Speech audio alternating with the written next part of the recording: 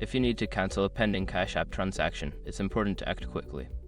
Follow these steps to successfully cancel your transaction. Step 1. Open Cash App.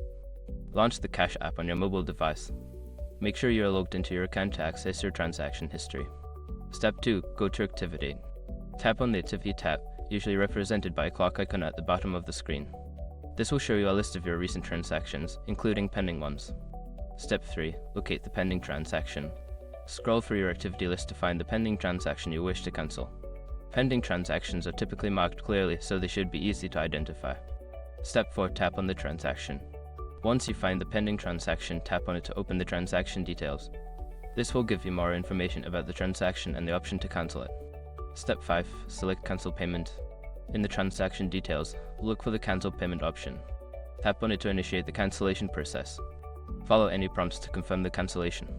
After completing these steps, check your activity to ensure the transaction has been successfully cancelled.